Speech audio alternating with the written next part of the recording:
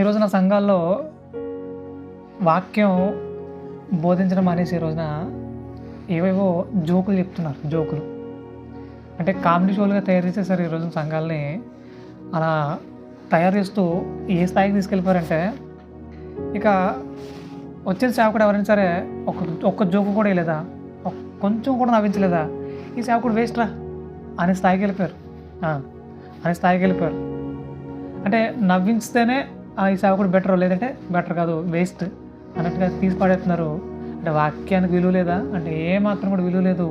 వాళ్ళకి జోకులు కావాలి, నవ్వించడం కావాలి, కవ్వించడం కావాలి, బాగా దారి తప్పించడం కావాలి. అంతేగాని ఈ సేవకుడు శ్రేష్టమైన సత్యం చెప్పాడు, సత్సంబంధం ఆలోచన నింపాడు, సో ఇలాంటి సేవకుడు మరలా మనం తీసుకురావాలి మన సంఘాల్లోనికి. అనేక మంది హృదయాల్లో సత్యం నింపే పదంగా మనం ముందుకు వెళ్ళాలి అన్న ఆలోచన లేవు. ఎవరైతే నవ్విస్తారో వాళ్ళు మట్టుకు తెచ్చుకుంటున్నారు, ఎవరైతే కవ్విస్తారో వాళ్ళు మట్టుకు తెచ్చుకుంటున్నారు. ముఖ్యంగా పాటలు పాడేవాళ్ళు కూడా మామూలుగా సాఫీగా పాడుకుంటూ వాక్యాన్ని ఆ పాటలో చూపించే వాళ్ళు వద్దంటారు, వీళ్ళకి వద్దంట. మరి ఎవరు కావాలంట, రెచ్చగొట్టేయాలి, పాటలు బాగా రెచ్చగొట్టేసి ఏటో దారి తప్పించేయాలి. అది బాగా జరిగింది ఆరాధన అంటున్నారు. అది ఆరాధన కాదు, అది అల్లరితో కూడిన ఆటపాటలు అవి. సో మరి ఇక అవే నచ్చుతున్నాయి ఈ రోజున చాలామందికి, అవే నచ్చుతున్నాయి. తిమోతి రాసిన పత్రికలో ఇదే మాట రాస్తాడు, 4వ అధ్యాయం అనుకుంటా. ఏమంటాడంటే దురద చెవులు గలవారై అంటున్నాడు. అంటే వీళ్ళకి వాక్యాన్ని వినే చెవులు లేవు, దురద చెవులు ఉన్నాయంట. వీళ్ళకి ఎలా ఉండాలంటే జోకులు కావాలి, ఏవో వ్యర్థమైన మాటలు కావాలి, వీళ్ళ సాక్ష్యాలు కావాలి. మళ్ళీ అసలు ఏం జరిగింది, ఇప్పుడేం జరిగింది అని చెప్తుంటే అబ్బో చెవులన్నీ అక్కడ పెట్టింటారు. అంటే శ్రేష్టమైన సత్యవాక్యం చెప్తున్నారు బాబు విను అంటే వినేలా లేరు. ఏవో చెత్త సోది చెప్తుంటే అది బాగా ఇంట్రెస్ట్ పెట్టినారు. ఈరోజు సంఘాల్లో అవి చెప్పేవాళ్ళు ఎక్కువైపోయారు. ఇదిగో ఈరోజు నా సాక్ష్యం చెప్తాను నేనండి అంటే చెప్పండి నాకు అదే కావాలి, వాక్యం వద్దు కానీ అది కావాలి. ఆ తర్వాత 4 జోకులు చెప్తానంటే అంతకంటే భాగ్యమే ఉందండి బాబు, చెప్పండి అని వాళ్ళు తయారయ్యారు. అంటే కింద ఉన్న విశ్వాసం బట్టి సేవకుడు ప్రవర్తన ఉంటుంది అనే విషయం గుర్తుపెట్టుకుంటే, విశ్వాసులైన మీరు ఎంత ఖచ్చితత్వంతో నింపబడాలి. మాకు వాక్యం కావాలి, వాక్యమే మీరు బోధించాలి, అలా మీరు బోధించని ఎడల మీరు మాకు వద్దు అని ఖచ్చితంగా ఎప్పుడైతే సంఘం చెప్తుందో సేవకుడు సెట్ అయిపోతాడు. ఎప్పుడైతే వాళ్ళు చేసే ప్రతిదానికి సై అంటూ తందానంటూ ముందుకెళ్తారో ఇంక మరింత తప్పు మార్గం వైపు నడిపిస్తారు. సేవకులు కూడా ఎటో తీసుకెళ్తున్నారు. ఇప్పుడు అందరూ ఇలా ఉన్నారా? కాదు, అందరూ ఇలా లేరు. కానీ కొంతమంది ఇలా తయారయ్యారు. వాళ్ళు దేవునికి అవమానకరంగా నడుచుకుంటున్నారు. వాళ్ళని బేస్ చేసుకుని, వాళ్ళని పాయింటప్ చేసుకుని చక్కగా నిజంలో ట్రోల్ చేస్తూ మరింత నీచంగా ఇదిగో క్రీస్తు అంటే ఇలా ఉంటాడనమాట, ఇదిగో యేసుక్రీస్తు ఇదిగో ఇలా ఉంటాడనమాట, ఇదంట అని ఏవేవో నిందలు మోపి ఆయన్ని అవమానపరుస్తున్నారు. ఇదిగో ఇలాంటి బ్యాచ్ వల్ల. కాబట్టి అలా ఉండొద్దు. అలా ఉండడం వల్ల ఏంటి ఉపయోగం? మీకు ఉపయోగం లేదు. ముఖ్యంగా మీరు నమ్ముకుని యేసుక్రీస్తు వారికి కూడా ఉపయోగం లేదు. ఆయన చాలా బాధపడతాడు మీ వల్ల, చాలా బాధపడతాడు. ఆయన బాధపెట్టే పదంగా మనం ఉండకూడదు. సరే, ఇప్పుడు మరి వాక్యంగా బోధిస్తూ అనేకుల హృదయాలు సత్యం నింపాలి అనే పందాలో ఎంతమంది కొనసాగుతున్నారో పరీక్షించుకునే ప్రయత్నం చేయండి.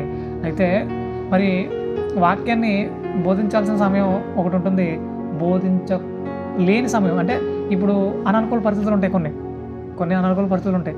ఇప్పుడు నాకు అంత ఫ్రీ ఉంది, చక్కగా డ్యూటీకి వెళ్ళాం, వచ్చాం, కూర్చున్నాం, మాట్లాడుతున్నాం, సరే ఓకే నాకు బాగుంది. ఇప్పుడు అలా కాదు. అననుకూల పరిస్థితి ఎలా ఉంటుందంటే మాది రాత్రి నైట్ డ్యూటీ, అసలు ఏమాత్రం నిద్రపోలేదు. నేను పొద్దున్న లేచిన దగ్గర నుంచి మళ్ళీ నేను పొద్దున్న డ్యూటీ అయిపోయింది, రాత్రి డ్యూటీ అయిపోయింది, ఇప్పటివరకు అసలు ఏమాత్రం నిద్రపోలేదు. సో కళ్ళంతా మొదలడిపోతున్నాయి, అలా చాలా అననుకూల పరిస్థితి ఉంది. కళ్ళంతా మొదలడిపోయి కళ్ళు ఎర్రగా వచ్చేస్తున్నాయి. అయినప్పటికీ చిన్నగా ఏదో తీసుకుని చక్కగా వాళ్ళకి కూర్చోవాలి, మీతో మాట్లాడాలి అని కూర్చున్నాం. ఇది అననుకూల పరిస్థితే, అయినప్పటికీ మీతో మాట్లాడాలి, కొన్ని విషయాలు తెలియజేయాలి అన్నట్టుగా కూర్చున్నాం. మాట్లాడాలి, కొన్ని విషయాలు తెలియజేయాలి, సత్యం సంపూర్ణంగా వినిపించాలి. ఇది అననుకూల పరిస్థితి. అంటే అనుకూల పరిస్థితుల్లో చాలామంది చెప్తారు, అననుకూల పరిస్థితుల్లోకి వెళ్తే కొంచెం డ్రాప్ అవుతుంటారు. అరే ఇప్పుడు మనకి ఇబ్బంది ఉంది కదా, వద్దులే తర్వాత చూద్దాలే అన్నట్టుగా కొంతమంది డ్రాప్ అయిపోతుంటారు. అలా డ్రాప్ అయిపోవడం వల్ల ఈరోజు ఎవరో సత్యాన్ని వినాలనుకుంటారో వాళ్ళు మిస్ అయిపోతారు. అవునా కదా? ఎవరో శ్రేష్టమైన సత్యం వినాలి అని యూట్యూబ్ ఆన్ చేస్తారు, ఫేస్బుక్ ఆన్ చేస్తారు, వాళ్ళు మిస్ అయిపోతారు కదా. మరి అలా మిస్ అయిపోవడం వల్ల మన సత్యాన్ని దూరం అయిపోతారు కదా. కాబట్టి అలా దూరం కాకుండా ఏదో ఒక సమయంలో మనం ఒక మంచి విషయాన్ని మాట్లాడి యూట్యూబ్లోనో, ఫేస్బుక్లోనో, ఇన్స్టాగ్రామ్లోనో పెట్టడం వల్ల ఖచ్చితంగా వాళ్ళు రేకెత్తించబడతారు, మేల్కొల్పబడతారు అని ఒకే ఒక ఆలోచనతో కొంచెం అననుకూల పరిస్థితి ఉన్నప్పటికీ మాట్లాడటం జరుగుతుంది. ఇలా మాట్లాడాలి ఎవరైనా సరే. కొన్నిసార్లు మీటింగ్స్ జరుగుతున్నప్పుడు అననుకున్న పరిస్థితి అని చెప్తున్నా.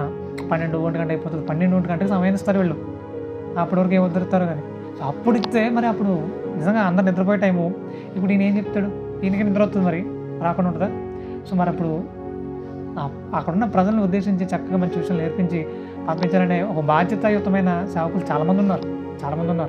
కొంతమంది కోపం వచ్చేది, ఈ టైంకి ఇచ్చావు నాకు, నేను చెప్పను ఇంకా అని. ఎవరికి నష్టం? నీకే నష్టం, కింద కూర్చున్నోడుగా. వాళ్ళలో ఎవరైనా సత్యం విని సత్యం కోసం బ్రతికితే దేవుని చాలా సంతోషపడతారు కదా. ఆయన సంతోషాన్ని గండుగుట్టేలా మనం ఉండకూడదు. సో ముఖ్యంగా అలా అంత సమయం అయిపోయే వరకు ఎవరు ఉంచొద్దు. చక్కగా అనుకూల సమయంలోనే అన్ని పనులు చేసుకోగలిగితే మంచిది.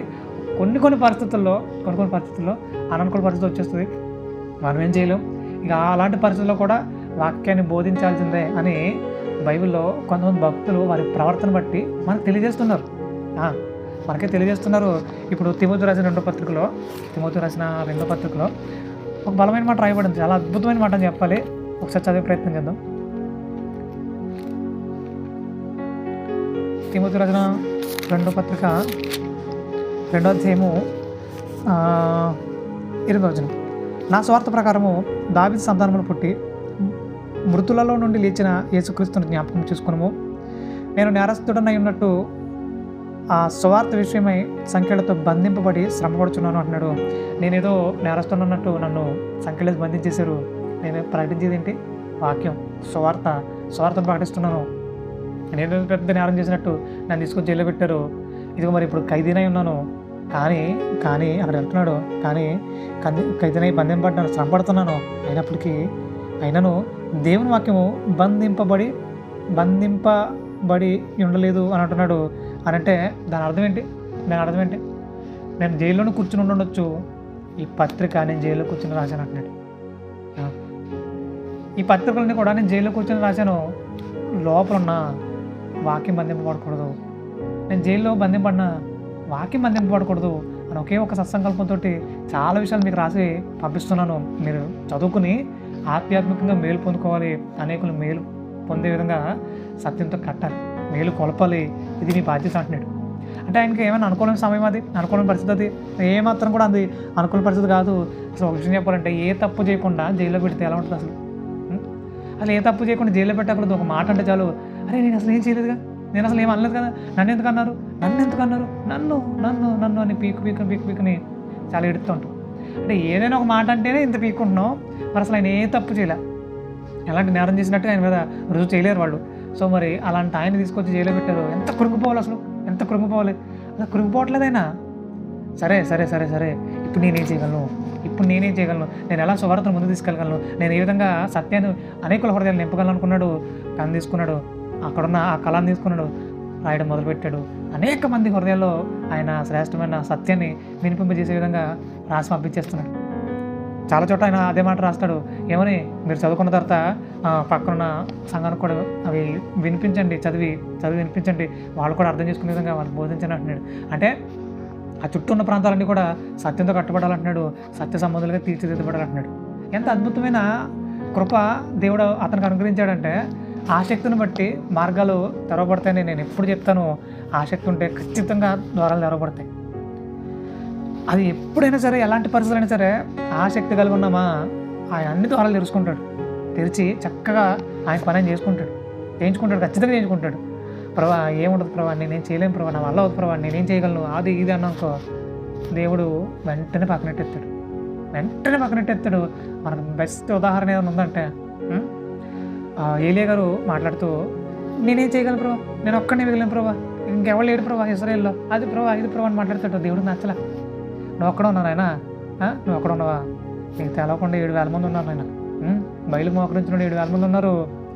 నువ్వు ఒక్కడే ఉన్నాను అనే మాట మాని, తర్వాత నేను చంపేయను మాట ఎందుకు వస్తుంది నీకు?